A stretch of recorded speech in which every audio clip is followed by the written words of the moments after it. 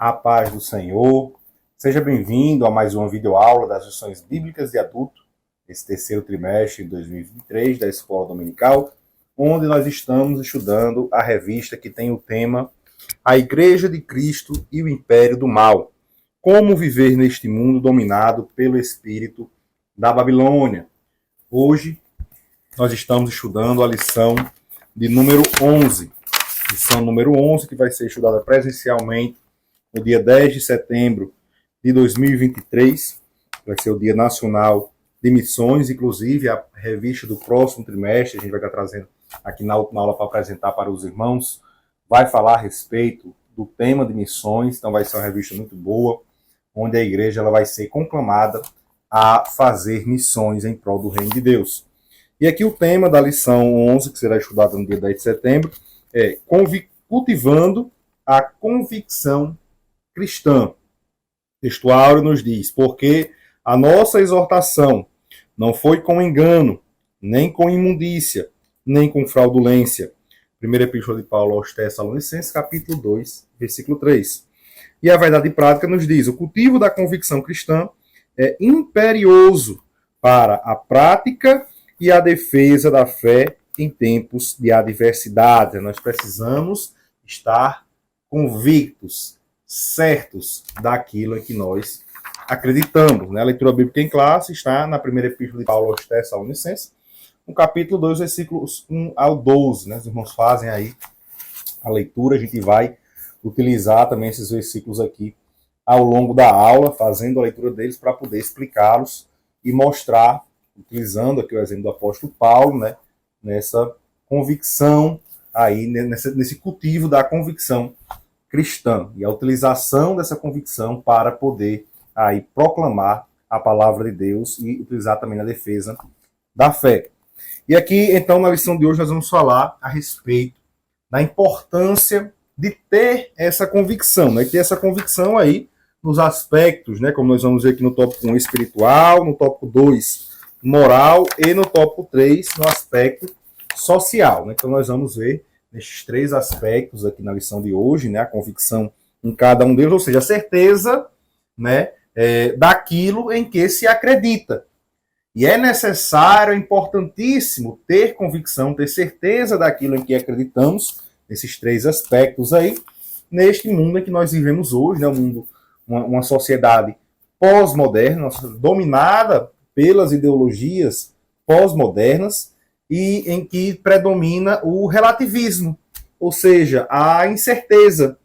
Tanto a incerteza de todas as coisas, como o descrédito à verdade bíblica, que é a verdade absoluta dada por Deus a nós. Para o relativismo não há uma certeza das coisas. Então, a verdade bíblica ela acaba sendo desprezada. Para que nós possamos permanecer firmes na fé, em meio a essa geração, nós devemos cultivar a convicção cristã, ou seja, nós devemos fortalecê-la, E nós vamos ver como fazer isto aqui hoje, em cada um desses aspectos, seja no aspecto espiritual, no aspecto moral, no aspecto social, aprendendo com os exemplos do apóstolo Paulo, especialmente aí na sua segunda viagem missionária, quando ele passou pela cidade de Tessalônica. Por isso nós vamos ver aqui trechos da epístola que Paulo escreveu aos Tessalonicenses, que se refere ao momento em que ele estava lá anunciando o evangelho. Então, aqui na segunda viagem missionária de Paulo, que foi pela Europa, quando ele é chamado ali para a Macedônia, nós observamos a sua convicção espiritual desde o início. E ela foi sendo ali cultivada, fortalecida ao longo do caminho. Paulo, ele deu início foi com Silas, o seu companheiro, passaram inicialmente ali por algumas cidades, fortalecendo a fé dos irmãos que tinham aceitado na sua primeira viagem missionária, e ele estava convicto que era ali o Espírito Santo quem estava direcionando os seus passos nessa segunda viagem que ele estava fazendo, E ele queria pregar ali em locais onde a palavra de Deus ainda não havia sido pregada. e ele queria primeiro ali ir para a Ásia, depois ele quis ir para a Bitínia, mas ele foi impedido pelo Espírito Santo de pregar nesses lugares, né? Como a gente vê aqui em Atos 16, nos versículos 6 e no versículo 7, né? Quando diz aqui que eles foram impedidos pelo Espírito Santo de pregar a palavra de Deus na Ásia e também de pregar na Bitínia. Deus já tinha pessoas reservadas para anunciar a sua palavra nesses lugares, né? Que era ali, respectivamente, no caso da Ásia, João, e no caso também ali da Bitínia de Pedro, né? Então, Deus já tinha pessoas específicas para anunciar a sua palavra nesses lugares. E quem cuida, quem organiza disso tudo é o próprio Deus, é o Espírito Santo de Deus.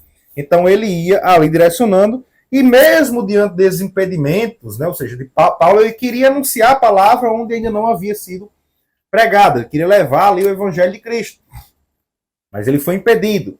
E mesmo diante desses impedimentos, Paulo não desanimou. Ele tinha certeza de que o Espírito Santo estava direcionando ali as suas vidas, né?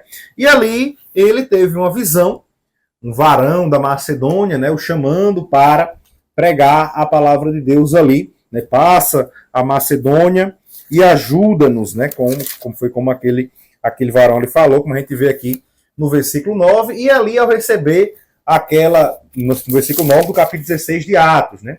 Atos dos Apóstolos, capítulo 16, versículo 9.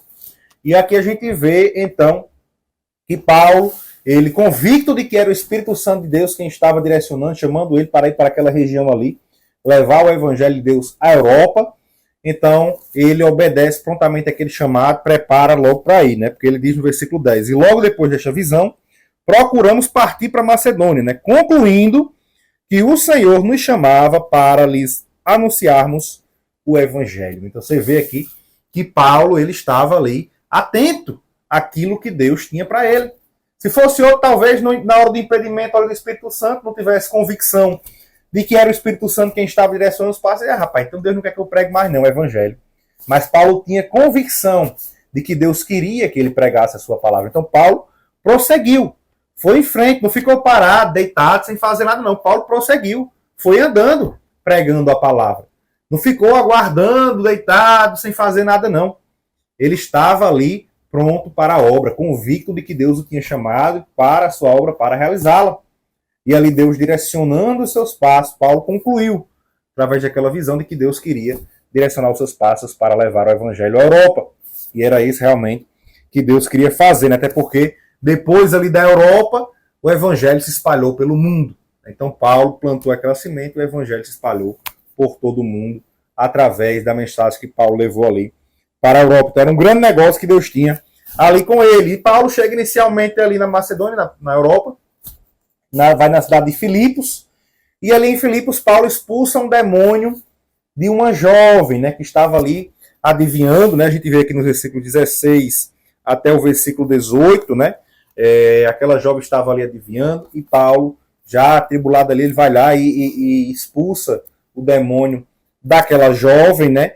E por isso Paulo e Silas, eles acabaram sendo açoitados, né? Foram ali açoitados e presos, né, diante de acusações ali dos donos daquela jovem, né? Até porque aquela jovem, ela dava muito dinheiro com as suas adivinhações ali para aqueles homens. Então eles levaram Paulo e Silas diante das autoridades, dos magistrados, para que fossem açoitados e condenados. Então falaram ali que eles estavam dizendo coisas que não faziam parte dos seus costumes, que não era lícito praticar.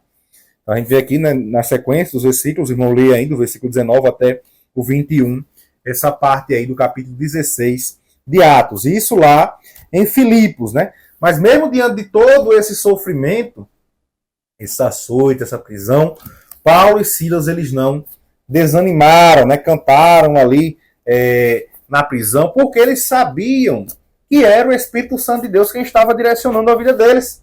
Não importava o que eles passassem, eles estavam prontos para morrer pelo Evangelho.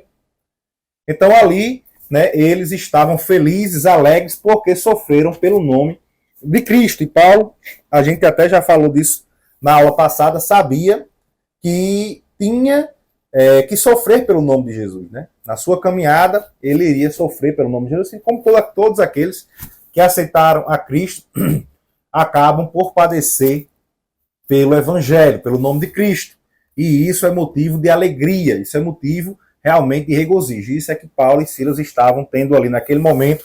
E devido a essa convicção, né, agindo da forma certa, por estarem convictos disso, eles colheram ali os frutos, né, que foi no caso ali, o fruto logo apareceu, a conversão do carcereiro e da sua família, né, nos versículos 33 e 34, diz, né, e tomando-os ele consigo, naquela mesma hora da noite, aí veja só, né, o fato deles estarem convictos de que o Espírito Santo de Deus é quem estava direcionando, houve ali o terremoto, as cadeias se abriram, e ali eles não fugiram, né? O carcereiro foi então, ouviu ali a palavra que eles tinham a trazer, aceitaram ao Senhor Jesus Cristo, e veja só no versículo 33 e 34.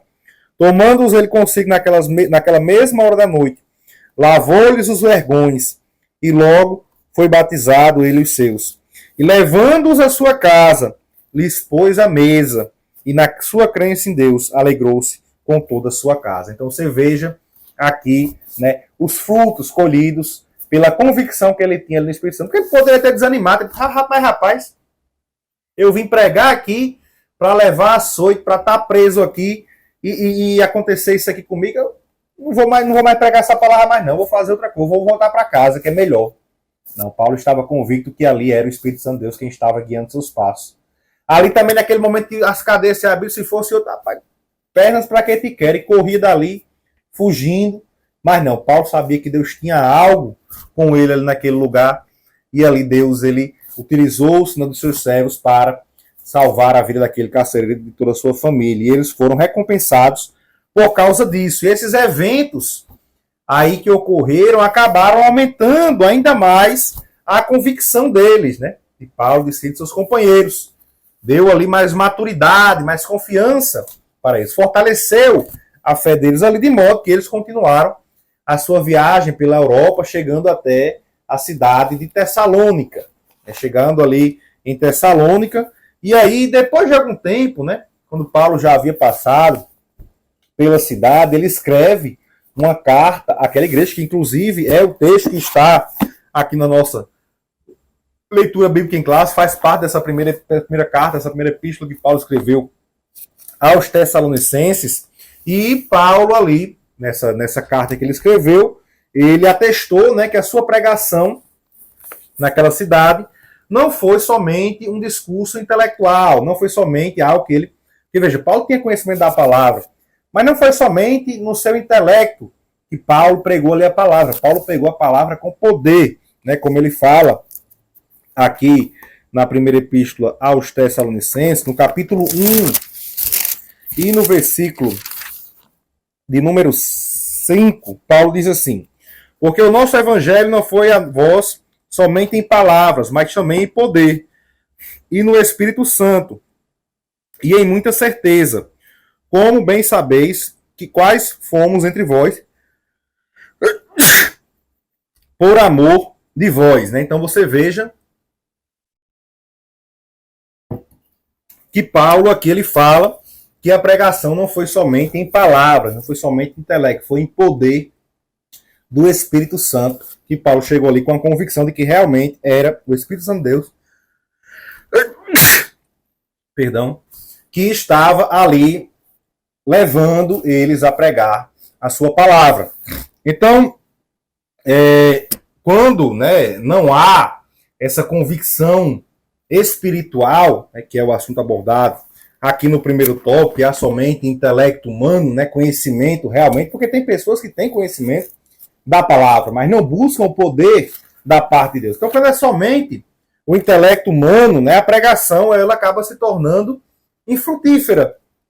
Acaba sendo algo que não tem realmente poder, e as pessoas até percebem isso. Veja, pessoas que realmente querem ouvir a palavra, porque infelizmente tem pessoas hoje em dia que querem ver outras coisas, não querem a palavra de Deus, elas querem outras coisas, menos a palavra de Deus.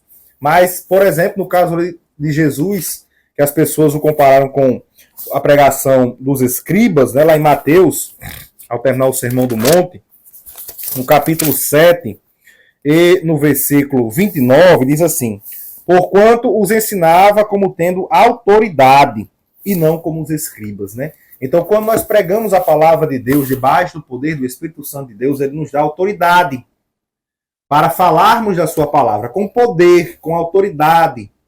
E aí, isso nos diferencia daqueles que estão pregando somente ali com palavras, com meras palavras, sem saber, na verdade, muitas vezes, o significado daquilo ali. Às vezes só para aparecer, querer receber algo em troca.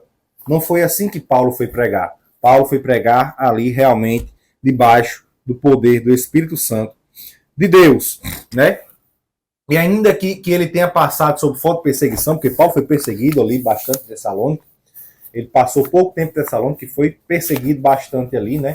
Os homens queriam trazer ele para fora, chegaram na casa de Jason, né? Apedrejaram ali, querendo trazer Paulo ali para fora, né? Paulo e Silas, e eles tiveram que fugir daquela cidade. Depois, quando eles estiveram em Bereia, os judeus invejosos lá de Tessalônica ainda foram atrás deles ainda, lá em Bereia, né? Ainda foram ali atrás deles. Então você veja que realmente foi uma perseguição muito grande por parte daqueles que não aceitaram a palavra de Deus na cidade de Tessalônica.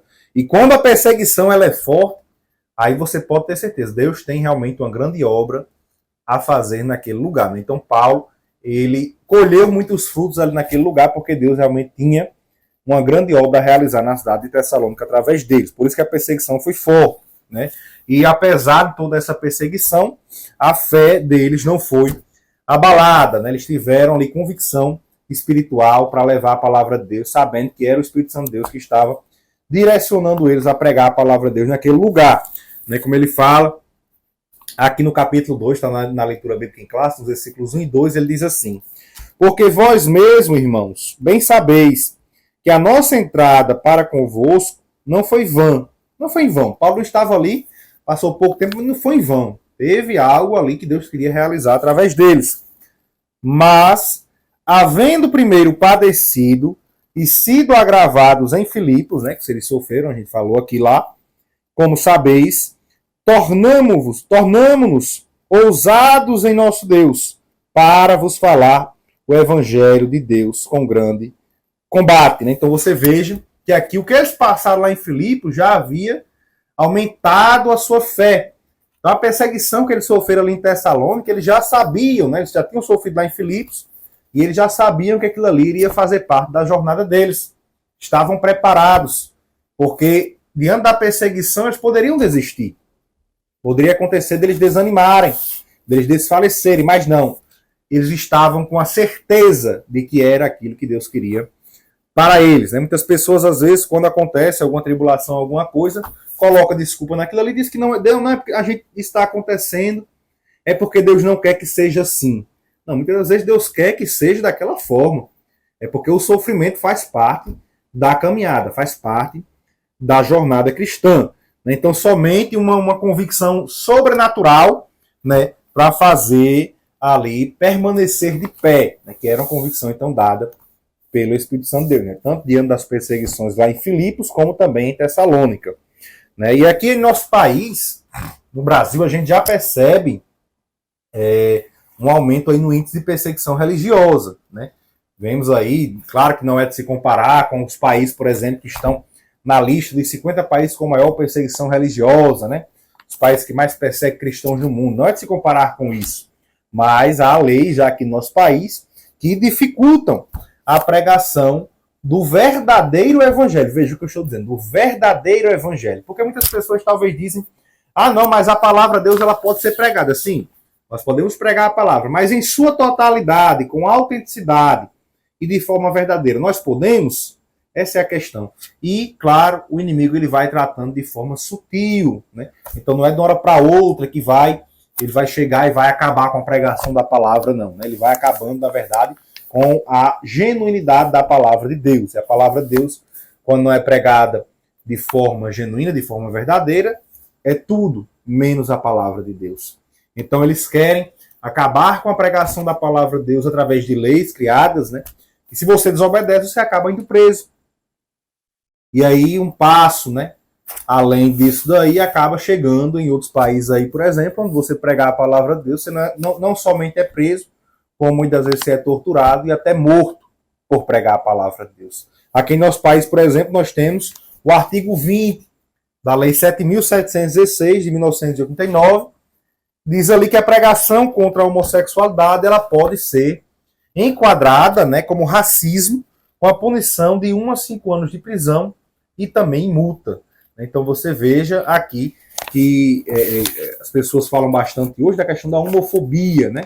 Então quando a gente vai falar o que está na palavra de Deus, para que a pessoa ela se arrependa do seu pecado que está cometendo ali de homossexualidade, as pessoas pensam que nós estamos, na verdade, sendo homofóbicos. E a ideia deles é fazer com que as pessoas pensem isso, para que justamente a gente seja prejudicado por causa disso, né? Tem também ali o decreto 11.446 de 2023, já desse ano, né? Os irmãos que quiserem acessar, vejam aí, que mostra ali, fala a questão religiosa, né? E trata ali como uma condenação e a expulsão de espíritos malignos, né? Eles podem ser enquadrados como racismo e preconceito religioso, né? Trata ali de religioso de matriz africana. E aí, se você for expulsar ali um demônio, podem enquadrar você como nisso daí como um racismo e preconceito religioso, né? Então você veja como as coisas estão caminhando para uma perseguição ferrenha à Igreja de Cristo. E isso só não vê realmente quem não quer, mas quem tem os olhos espirituais abertos consegue enxergar claramente a perseguição que está acontecendo em nosso país. Então Paulo, né, assim como ele em meio às perseguições que ele estava sofrendo, né, ele continuou pregando o evangelho e confiando ali no Senhor. Assim também nós somos encorajados a pregar o verdadeiro evangelho, o genuíno evangelho, ainda que diante de ameaças de prisões e até mesmo de morte. Como Jesus fala lá, Apocalipse 2:10, ser fiel até a morte, dar-te-é a coroa da vida. É bem verdade que nem todos nós passaremos pela morte. Nós sabemos que há cristãos no mundo hoje que morrem por causa do evangelho, e durante toda a história da igreja, muitos cristãos morreram já por causa da palavra de Deus. É bem verdade que nós, nem todos, iremos morrer por causa do evangelho. Mas, se nós formos instigados ali a pregar a palavra de Deus até a morte, nós devemos estar prontos, preparados para morrer pelo evangelho de Cristo. O verdadeiro cristão, ele tem que estar sempre preparado para ir até o final na pregação da palavra de Deus. Então, os judeus invejosos ali de Tessalônica, né, eles faziam de tudo para colocar o evangelho que Paulo estava pregando em descrédito, né? E ali eles alegavam que a pregação de Paulo, como eles falam aqui no versículo 3 do capítulo 2, ela era, né, ele fala assim, ó, porque a nossa exortação não foi com engano, nem com imundícia, nem com fraudulência, que é o que os judeus falavam ali, diziam que a palavra que Paulo estava pregando era uma palavra enganosa, que Paulo estava ali iludindo as pessoas, associando Jesus com o Messias. Porque veja, Paulo estava pregando ali em sinagogas para pessoas, para os judeus e para aquelas pessoas também que não eram judeus, mas que haviam aceitado o judaísmo. Então você veja que quando Paulo associa Jesus com o Messias aguardado pelos judeus, eles dizem que aquilo ali Paulo estava iludindo aquelas pessoas, estava enganando aquelas pessoas ali. Aí associava também a palavra de Paulo com imundícia. A pregação de Paulo com imundícia, né? Que as religiões pagãs, elas tinham imoralidade sexual ali no meio dos seus rituais, né? E eles ficavam ali colocando a integridade moral de Paulo em questão, né? Associando o evangelho que ele estava pregando com essas religiões que praticavam imoralidade sexual. E a verdade é que muitas pessoas que seguiam o judaísmo e não eram judeus de nascença, eles acabavam ali seguindo por causa justamente da questão da imoralidade sexual que eles não concordavam. E quando eles falavam que a pregação de Paulo era com imundícia, né, com imoralidades, eles acabavam colocando a pregação em descrédito. E também falavam que a pregação era fraudulenta, né, que Paulo estava usando ali de artifícios, de fraudes, para poder ganhar alguma coisa em troca com a sua pregação. E o apóstolo ele se defende, né, falando que a sua pregação ela foi dada por Deus, né, por quem ele foi enviado, e o seu objetivo era agradá-lo, e não agradar aos homens. Né? Ele fala aqui nos versículos 4 até o 6, né? Ele diz assim, isso do capítulo 2 de 1 Tessalonicenses. Mas como fomos aprovados de Deus para que o evangelho nos fosse confiado, assim falamos, não como para agradar aos homens, mas a Deus, que prova o nosso coração. Porque, como bem sabeis, nunca usamos de palavras lisonjeiras, nem houve um pretexto de avareza. Deus é testemunha. E não buscamos glórias dos homens, nem de vós, nem de outros, ainda que podíamos, como apóstolos de Cristo, servos pesados. Então você veja que Paulo, aqui, o objetivo único dele era agradar a Deus que o chamou. Então, de igual modo, nós também devemos ter convicção do nosso chamado e da palavra que nós pregamos, para manter, assim, a fidelidade na pregação da palavra de Deus. Então, nós devemos defender a verdade do Evangelho, nós devemos anunciar Cristo com sinceridade, de forma genuína, de forma verdadeira, e devemos também repudiar os falsificadores da palavra de Deus. Combater esses falsificadores da palavra de Deus. Então, falando aqui agora da convicção moral, a vida do cristão, ela deve ser condizente com aquilo que ele prega, com aquilo que ele fala, para que ele esteja cada vez mais convicto, do poder do evangelho e possa, assim, colher os frutos. Aquelas pessoas que pregam uma coisa, mas vivem outra, o evangelho para elas não é um evangelho de poder, não é um evangelho de transformação. Tem deles que nem acreditam mais na palavra de Deus, estão só ali pregando porque aquilo é um meio de ganho. Infelizmente, a gente tem muito desse tipo de coisa dentro da igreja. Devemos combater essas coisas quando nós percebermos. Então, a nossa conduta ela deve ser, como o autor traz aqui, os pontos 1, 2 e 3, deve ser uma conduta reta, de retidão, uma conduta ilibada e uma conduta irrepreensível. Então, a partir do momento em que se aceita a Cristo, o crente salvo, ele deve pautar as suas atitudes de acordo com os valores da palavra de Deus e não de acordo com o contexto social ali que ele está inserido. Então, nossas atitudes elas são pautadas de acordo com a palavra de Deus, de acordo com os valores morais da palavra de Deus. Então, nossa convicção moral ela não é de acordo com a moral secular, ela é de acordo com a moral bíblica, com os valores bíblicos. Então, o seu comportamento, o comportamento do cristão, quando ele aceita a Cristo, ele se torna um referencial, ele se torna diferente, porque ali os velhos hábitos deles são abandonados, são deixados de lado, assim como as condutas repreensíveis também são deixadas de lado, e as mudanças comportamentais, elas são nítidas, são logo ali percebidas. Quando alguém aceita Cristo de verdade, e outra pessoa vai observar, a pessoa logo observa a mudança no seu comportamento, porque aquele que está em Cristo é uma nova criatura. As coisas velhas já passaram, tudo se fez novo. O seu comportamento agora é um comportamento novo, comportamento mudado. E Paulo deixa claro, então, aqui que ele era alguém com a moral transformada, que não iria defraudar o evangelho para tirar vantagem disso. Como ele diz aqui, porque, como bem sabeis, no versículo 5 do capítulo 2 de 1 aos Tessalonicenses, nunca usamos de palavras lisonjeiras, nem houve um pretexto de avareza. Deus é testemunha. Então, ele não estava ali bajulando, lisonjeando as pessoas. Não é um elogio, não é um elogio verdadeiro que Paulo está falando aqui. Paulo está falando de um elogio com segundas intenções. Não é errado você elogiar alguém. Não é errado você elogiar.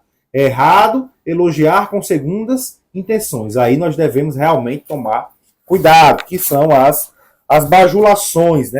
E, infelizmente, haviam ali, pessoas que falsificavam a palavra de Deus para obter lucro, como hoje também há muitas pessoas que fazem esse tipo de coisa, mudam a palavra de Deus visando receber por isso, agradar outras pessoas para que essas pessoas venham ali lhe dar algo em troca, ainda que para isso seja necessário mudar a palavra de Deus. Então, eles se utilizam de bajulações para manipular essas pessoas e receber ali, conseguir o que eles querem. Então, enquanto o crente falso, né, o crente bajulador, ele faz de tudo para conseguir o que ele quer, o crente sincero, o crente verdadeiro, o crente fiel, o crente honesto, ele tem uma atitude, uma conduta de retidão, porque ele está convicto de que é assim que ele vai agradar a Deus. Ele tem essa convicção moral do que deve e do que não deve ser feito para agradar ao Senhor. E Paulo ali, ele se considerava, né, alguém portador de uma reputação ilibada, né, sem corrupção, sem mancha, né? E ele procurava ali tudo que ele fazia fazer para a glória de Deus.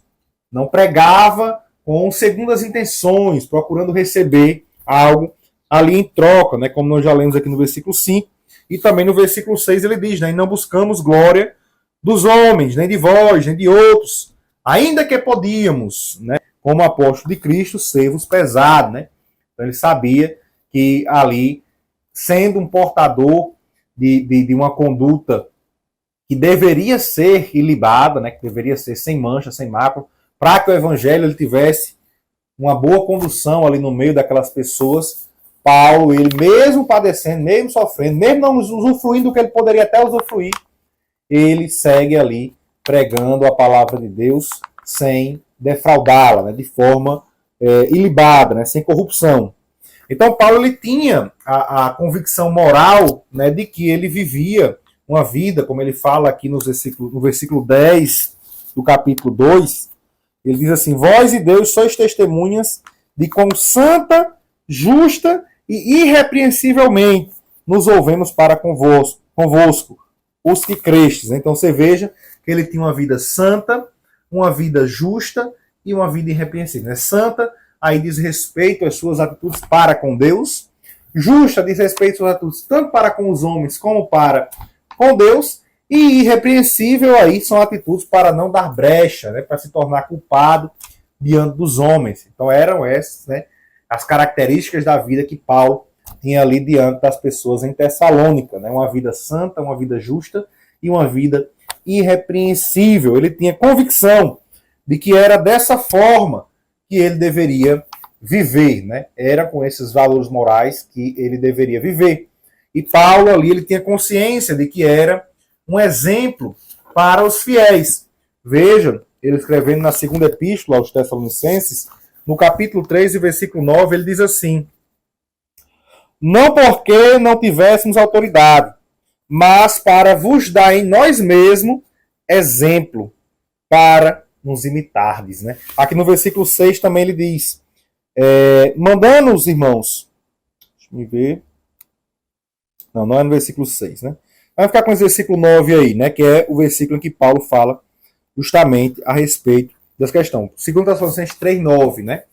Paulo fala que ele servia ali de exemplo para os irmãos em Tessalônica. Então, dessa forma, ele sabia, né, que ele não deveria somente pregar a palavra, falar ali palavras vazias, mas que ele também deveria viver a palavra de Deus. Ele deveria vivê-la para ser um exemplo digno de ser seguido. Né? Não eram somente palavras vazias que Paulo pregava, mas era o poder de Deus, e ele tanto pregava como ele vivia para se tornar um exemplo para os irmãos ali em Tessalônica. E além aí da convicção espiritual e da convicção moral, o cristão ele deve cultivar a sua convicção social, né, de modo a pensar no bem do seu próximo, né, de modo a pensar no bem ali do seu irmão, entendendo o que é realmente bom para ele. Né? É bom a gente frisar isso daqui. Não é somente bom em uma área e não bom em outra. Né? A gente tem que buscar o que é bom para ele em todas as áreas, naquilo que a palavra de Deus diz que realmente é bom. Né? E para alguém pode ser bom fazer algo por outra pessoa que esteja desagradando a Deus. A gente está falando daquilo que realmente é bom. Né? Então nós devemos pensar no bem daquela pessoa, no que realmente é bem. e se colocar, né, essa convicção social, né, pensar no bem do próximo e se colocar no lugar do outro para, no momento de necessidade, a gente venha ali a ajudá-lo, né? Então, o verdadeiro cristão, ele tem consciência de que é responsável, né, pelo bem comum da sociedade. Então, ele tem que buscar fazer o seu melhor, fazer o bem para a sociedade e saber que o bem-estar do homem, ele se refere tanto às suas necessidades físicas como às suas necessidades espirituais, né? Então, dessa forma, o papel da igreja é, ao mesmo tempo, proclamar o evangelho, trazendo ali um alívio espiritual, como também combater a fome, o desemprego, a violência, a injustiça, a discriminação, trazendo aí um alívio ao sofrimento físico. Como Paulo fala no versículo 8 do capítulo 2 da primeira epístola aos Tessalonicenses, ele diz assim: assim nós, sendo-vos tão afeiçoados, de boa vontade, quiséramos comunicar-vos não somente o Evangelho de Deus, não somente o Evangelho de Deus, mas ainda a nossa própria alma, porquanto nos éreis muito queridos. Então você veja que Paulo, ele não queria somente pregar o Evangelho, não. Ele queria ali, se fosse necessário, dar a sua própria vida, a sua própria alma, pelos irmãos na igreja de Tessalônica. Veja o quanto Paulo era altruísta, o quanto ele pensava ali nos irmãos daquela igreja, né? Então a justiça social, né, pensar no bem-estar comum da sociedade, sempre foi uma bandeira defendida pela igreja, desde o seu início. Veja que havia uma preocupação em atender as pessoas necessitadas. Mas, infelizmente, essa pauta social, né, ela acabou sendo aí sequestrada, e eu diria até corrompida, né? Até corrompida, e hoje em dia, quando as pessoas falam disso daí, vem só com essas ideias, né? Um espectro aí secularista, ideológico, né? E também aí nas ideias do liberalismo teológico, né? Então a gente tem teologias que a gente já viu até aqui ao longo desse trimestre que corrompem essas ideias aí da pauta social, né? Então veja que algo que a igreja sempre defendeu e hoje em dia ainda pratica, hoje em dia ainda defende da forma genuína, da forma verdadeira, sabendo que o homem não precisa somente ali do lado físico, mas precisa também do lado espiritual. Mas infelizmente essas pautas aí visam o lado físico e distorcendo muitas das vezes a palavra de Deus para afastar as pessoas do verdadeiro conhecimento do Senhor. Então, o dever cristão, o dever do cristão, ele engloba tanto a moral, né, o lado moral, como o lado social. Né? O cristão deve ser consciente de que ele tem esse dever moral e tem o dever social, mas que não pode dissociá-los. Não pode ser a moral agora, o social depois, não. Não é assim que se trata. É os dois juntos. E não pode colocar o moral acima do social, nem o social acima do moral. Como assim? Tem pessoas, por exemplo, que querem pregar a palavra de Deus, mas não querem ajudar alguém que está precisando. Enquanto tem pessoas que só querem ajudar ali a necessidade, isso muitas vezes visando algo em troca daquilo ali, mas não quer pregar a palavra de Deus para aquela pessoa. Não quer atender o lado espiritual, o lado moral. Então nós devemos ter consciência que devemos trabalhar em prol do reino de Deus, visando sempre o social e o moral, os dois juntos, isso ao mesmo tempo. É para que assim nós possamos pregar o verdadeiro, o genuíno evangelho de Cristo, né? E Paulo, ele se dedicou ali com profundo altruísmo, né, à pregação do evangelho e acabou se tornando então um modelo, né, de amor, um modelo de liderança sacrificial para a igreja de hoje, né? A gente vê que a Bíblia ela não condena a provisão para os obreiros, né? Você confira aí 1 Coríntios 9,14, também 1 Coríntios 5,18. A Bíblia é clara quando fala que o obreiro é digno do seu salário. Então nós temos e sabemos que as pessoas precisam, aquela pessoa que se dedica integralmente à obra do Senhor, ela precisa de ajuda. Ela precisa de receber algo para poder se sustentar sustentar ele e a família, né? Mas, infelizmente, o que a gente tem visto hoje é que muitas pessoas só têm realizado algo em prol do reino de Deus. Isso, algumas pessoas, né, têm realizado somente em troca de algo, somente se receber algo por aquilo ali. Não faz mais por amor, né? Diferente destes daí, o apóstolo Paulo, que é o nosso modelo, deve ser em que nós aí devemos nos basear, né? Procurava não criar obstáculo para a pregação do evangelho, né? Sempre visando aí ganhar o máximo de almas possíveis para o Senhor Jesus. Então, dessa forma, ele resolveu não ser um fardo pesado ali, um fardo, né? Para os irmãos em Tessalônica, né? Porque o fardo já é pesado, né? Então, ele resolveu não ser um fardo para os irmãos em Tessalônica. Veja os versículos 6 do capítulo 2 da primeira epístola aos Tessalonicenses e o versículo 9. Né? O versículo 6 nós já lemos, né? E não buscamos glória dos homens, nem de vós, nem de outros, ainda que podíamos, como apóstolo de Cristo, ser-vos pesado. Então, não foi pesado. E no 9 diz, porque bem vos lembrais, irmãos, nosso trabalho e fadiga, né? O cansaço que ele teve ali, pois trabalhando noite e dia, para não sermos pesados a nenhum de vós, vos pregamos o evangelho de Deus.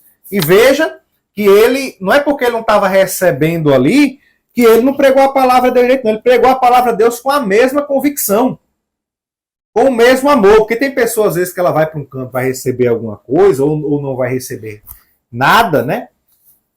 Vai receber pouco ou não vai receber nada, ele prega de uma forma. Mas se vai para outro lugar que ele vai receber muito ali, aí pronto, ele já prega de forma diferente.